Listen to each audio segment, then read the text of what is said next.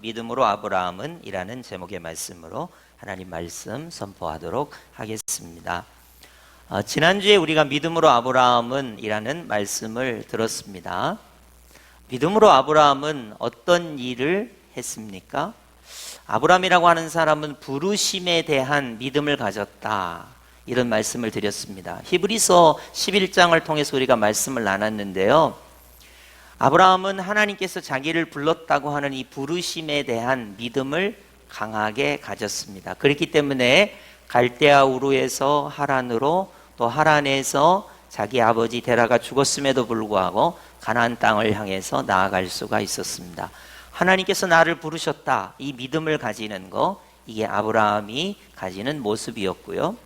그리고 나서 이제 이 아브라함은 동일한 장막에서 동일한 약속을 가지고 이삭과 함께 야곱과 함께 지냈다, 그런 말씀을 드렸죠.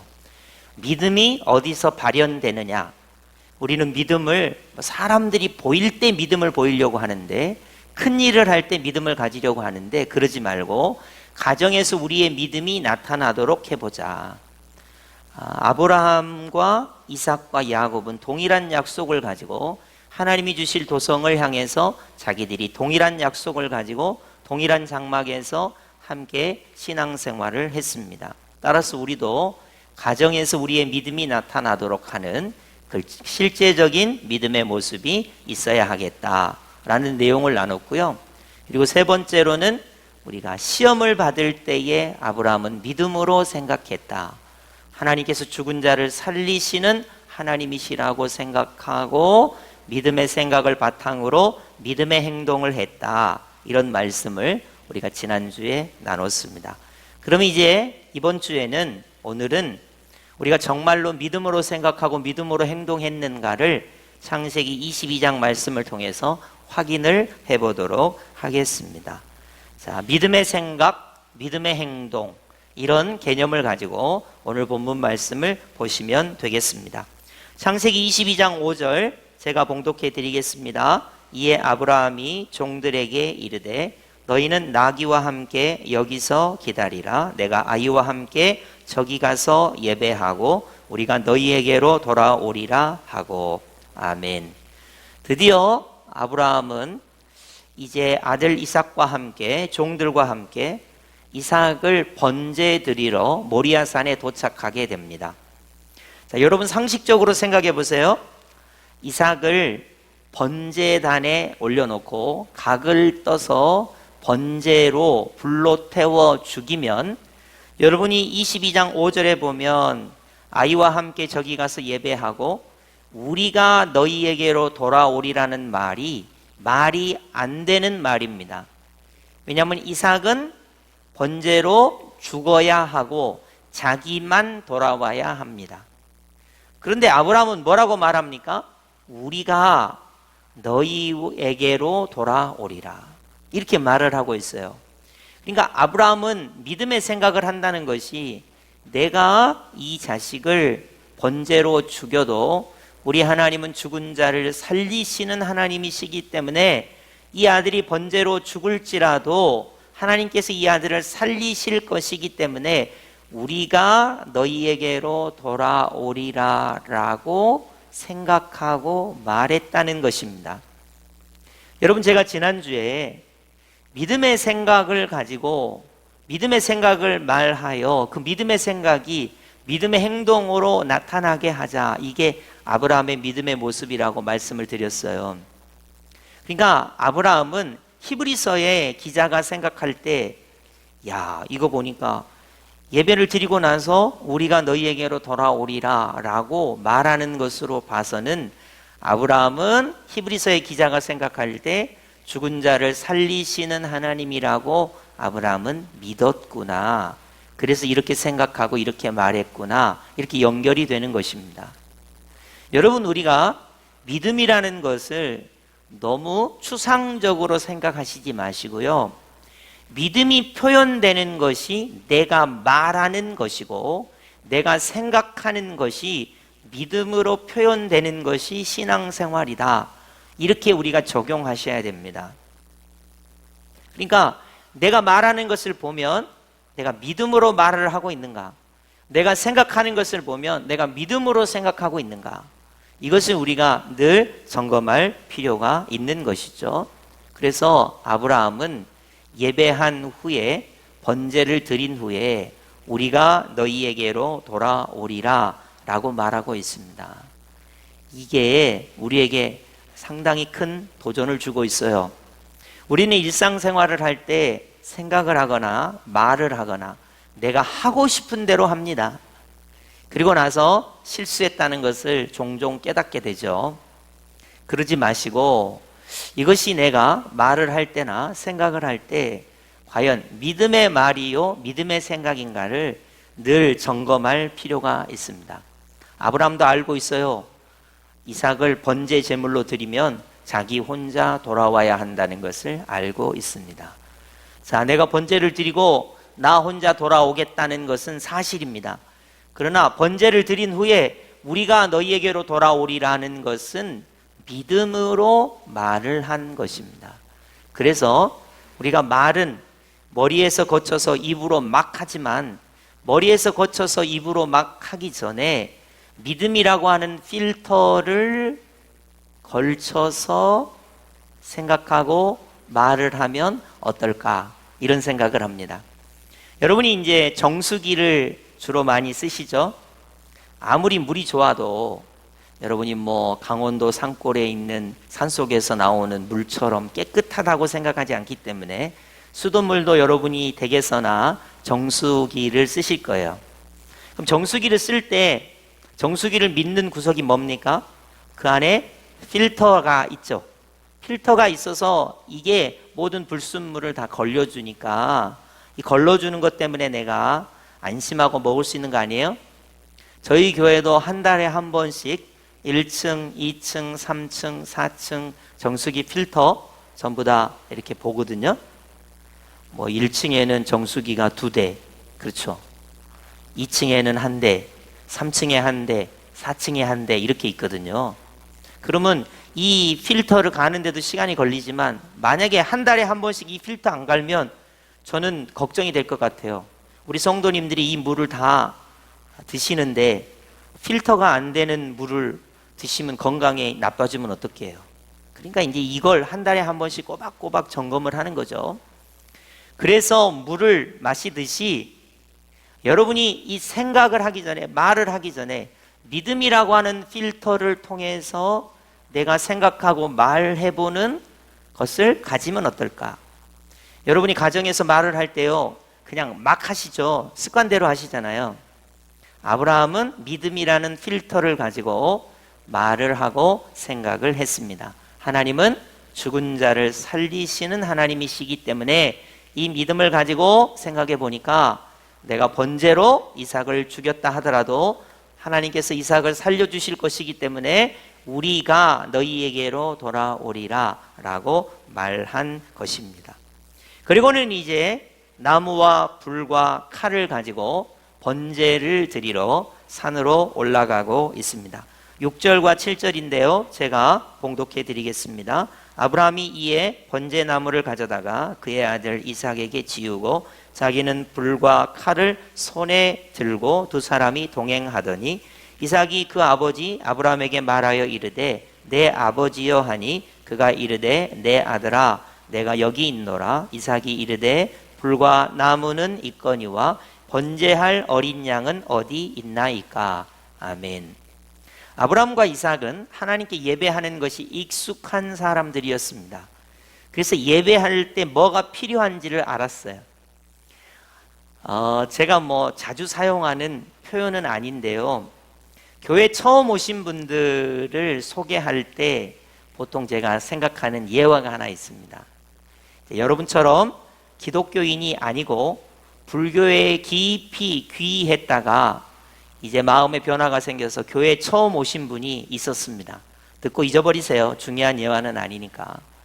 이 사람이 교회에서 뭐 찬송을 부르고 기도를 하고 뭐 설교를 하고 도저히 이게 이제 마음에 안 와닿아요. 왜냐하면 불교에서 하는 거하고는 상황이 완전 틀리니까요. 그래서 예배 마치고 나서 담임 목사님을 만나고 싶었어요.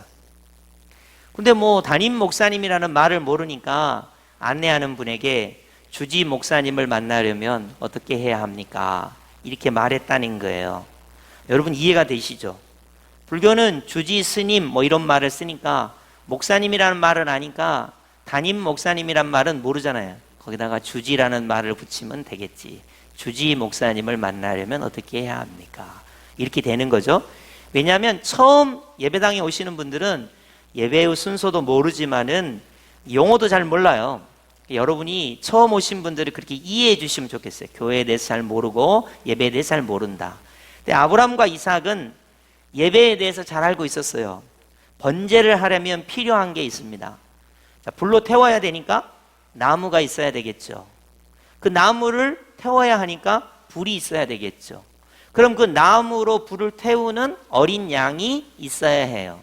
근데 여러분이 오늘 본문을 보셨지만은 나무하고 불은 있는데 어린 양이 없어요. 그러니까 이삭이 이상한 거죠. 아니 번제를 드리러 예배를 하러 가면 나무도 있고 불도 있으면 어린 양이 있어야 되는데 어린 양이 어딨냐는 거예요. 그래서 이삭이 물어본 겁니다.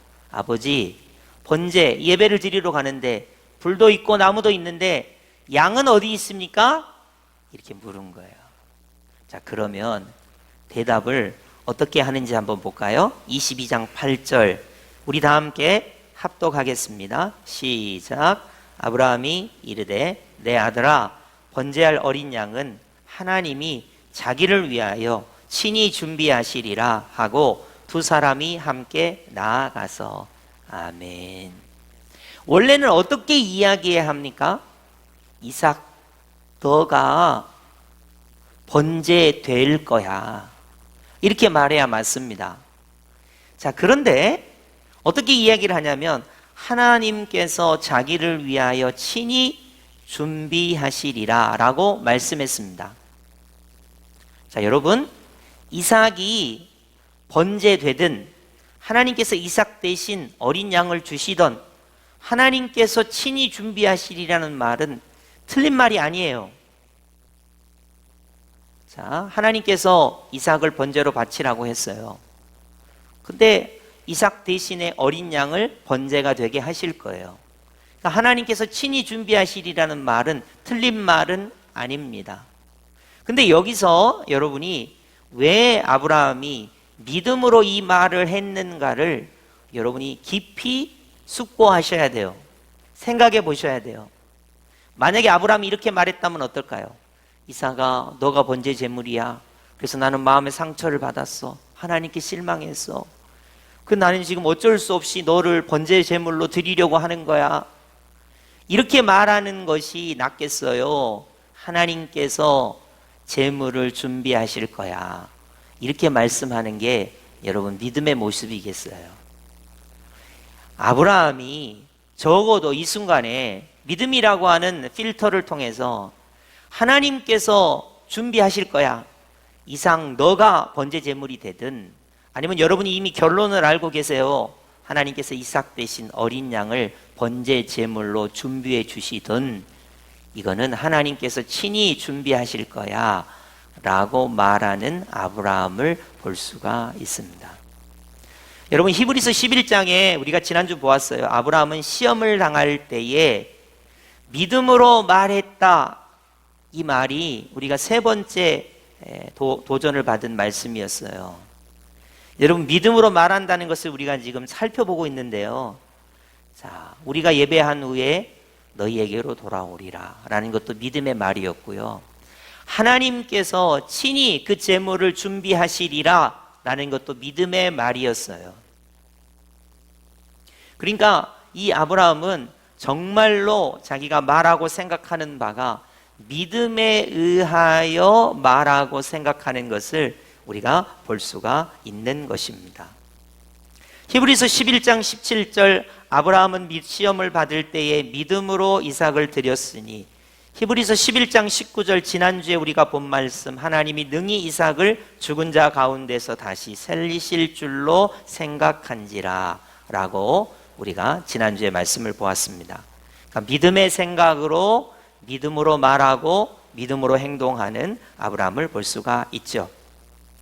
자, 이제 믿음으로 행동하는 거 한번 볼까요? 오늘 본문 창세기 22장 9절 10절 제가 봉독하겠습니다. 하나님이 그에게 일러주신 곳에 이른지라 이에 아브라함이 그곳에 제단을 쌓고 나무를 버려놓고. 자, 여러분이 번제를 한다는 것은 이런 겁니다. 만약에 거기 어린 양이 있잖아요. 그러면 나무를 벌려놓고 번제단을 만드는 것이 문제가 안 돼요. 근데 지금 그 번제 제단에 올라갈 사람이 누구예요? 자기가 100세 때 얻은 귀한 독자 이삭이에요. 여러분이 지금 거기 보면 감정이 하나도 안 들어있어요. 문장에는 감정이 없죠. 제단을 쌓고 나무를 벌려놨어요. 여러분, 제단을 쌓고 쌓을 때마다 어떤 시간이 가까워져 옵니까? 아들 이삭이 죽어야 하는 시간이 가까이 오는 거예요. 나무를 하나하나 벌려놓을 때마다 심장이 터질 것 같아요. 왜냐하면 이 나무를 벌리고 해서 제단을 만들 때마다 이 아들 이삭이 실제로 죽어야 하는 거예요. 지금 여러분이 이 성경 구절에는 감정이 없어요. 그러나 여러분이 이 성경 구절을 읽을 때 아브라함이 믿음으로 말하고 믿음으로 생각했지만 믿음으로 행동하는 데 있어서 얼마나 감정의 이 처절함. 내가 지금 이 제단을 쌓지만 이 제단을 쌓고 나면 이 나무를 벌리고 있지만 이 나무를 벌려놓고 나면 아들을 죽여야 한다고 하는 그 믿음의 행동을 하는 것에 얼마나 큰 아픔과 고통과 결단과 힘듦이 있는지를 여러분이 이 문장에서 이 감정을 여러분이 그대로 이입하셔야 돼요. 여러분, 믿음으로 말하고 믿음으로 생각한 후에 믿음으로 행동한다는 것은 이런 것입니다. 여러분, 믿음으로 행동한다는 데는요, 어떤 슬픔과 아픔과 고통과 어려움이 있어요. 지금 이 문장에는 여러분이 이 감정이 드러나 있지는 않죠. 근데 이 문장을 여러분이 보시면 제단을 쌓아요. 나무를 벌려놓습니다. 그 다음에는 어떻게 됩니까? 이삭을 잡아가지고 그 번제단 위에 올려놔야 하는 거예요. 믿음의 말과 믿음의 생각이 믿음의 행동으로 나타날 때는 이러한 어려움이 있습니다. 이것을 성경이 어떻게 잘 이야기를 하고 있냐면 마치 우리 하나님께서 독생자 예수 그리스도를 우리에게 주실 때 하나님의 생각, 하나님의 말씀은 여자의 후손이 뱀의 머리를 상하게 하고 뱀이 여자의 후손의 발뒤꿈치를 상하게 할 것이다 라는 말씀을 실현하실 때 이 생각이, 이 말이 어떻게 행동으로 나타납니까? 독생자 예수 그리스도를 이 땅에 보내주셨어요. 그리고 그 예수님을 우리가 죄에서 구원받도록, 죽음에서 구원받도록, 마귀로부터 구원받도록 우리를 구원하시기 위하여 그 행동이 어떻게 나타납니까? 십자가에 그 아들을 친히 못 박아 죽이시는 행동으로 나타나게 됩니다. 여러분, 하나님께서 말씀하시고 하나님께서 생각하신 것이 친히 행동으로 나타날 때는 독자 예수 그리스도, 독생자 예수 그리스도를 친히 십자가에 못 박아 죽이시는 행동으로 나타나게 되는 거예요. 그렇기 때문에 정오인데도 하늘이 빛을 잃고 태양이 빛을 잃고 나의 하나님 어찌하여 나를 버리셨나이까. 예수님은 그렇게 절규하시고 하나님은 차마 그 고통의 현장을 보실 수 없어서 외면하시는 그런 모습이 나타나게 되는 것이죠. 그렇기 때문에 우리가 믿음의 말을 하고 믿음의 생각을 한 후에 믿음의 행동을 한다는 것은 여러분이 꼭 기억하세요. 마치 아브라함이 이삭을 번제단에 올리기 위하여 제단을 쌓고 나무를 벌리는 것과 같고요. 우리 하나님께서 여자의 후손이 뱀을 상하게 하고 뱀이 여자의 후손의 발뒤꿈치를 상하게 한다고 말씀하시고 그 원시복음이 이루어질 때는 십자가에 죽으시는 예수님이라는 그런 놀라운 모습이 겹치는 거예요. 겹쳐요. 그래서 여러분이 믿음으로 행동한다는 것은 믿음으로 생각하고 믿음으로 말한 후에 믿음으로 행동한다는 것은 이러한 과정이 있다 하는 것을 기억하시면 되겠습니다. 이런 행동 후에 감사하게도 하나님께서 이삭을 죽이지 못하게 하셨습니다.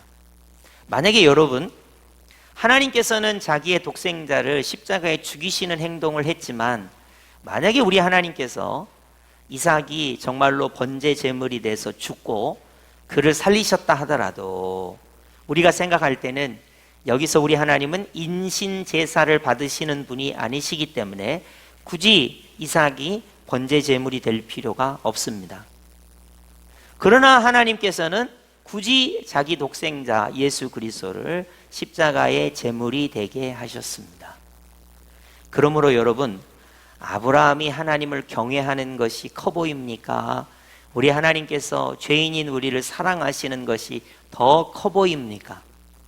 제가 볼 때는요, 아브라함이 믿음이 크긴 합니다. 그러나 실제로 자기 아들을 죽인 것은 아닙니다. 믿음으로 말하고 믿음으로 생각하고 믿음으로 행동하려고 하였으나 하나님께서 그것마저도 받아주셨고요. 만약에 우리 하나님께서 말씀만 하시고 생각만 하시고 십자가의 놀라운 구원을 실제로 하지 않으셨다면 우리는 죄의 노예, 죽음의 노예, 마귀의 노예로 그대로 있을 거예요. 그러니까 우리 하나님께서는 실제로 예수 그리스도를 십자가에 못 박아 죽게 하셨습니다.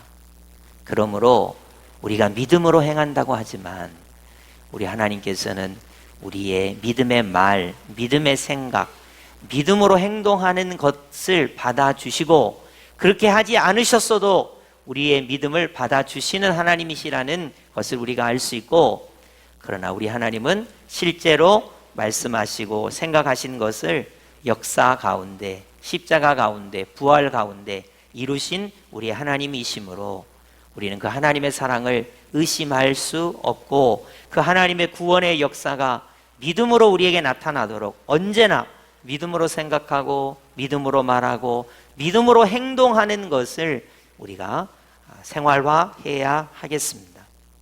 우리 하나님께서 창세기 22장 12절에 보시면 내가 내 아들 내 독자까지도 내게 아끼지 아니하였으니 내가 이제야 내가 하나님을 경외하는 줄을 아노라 라는 말씀을 하십니다.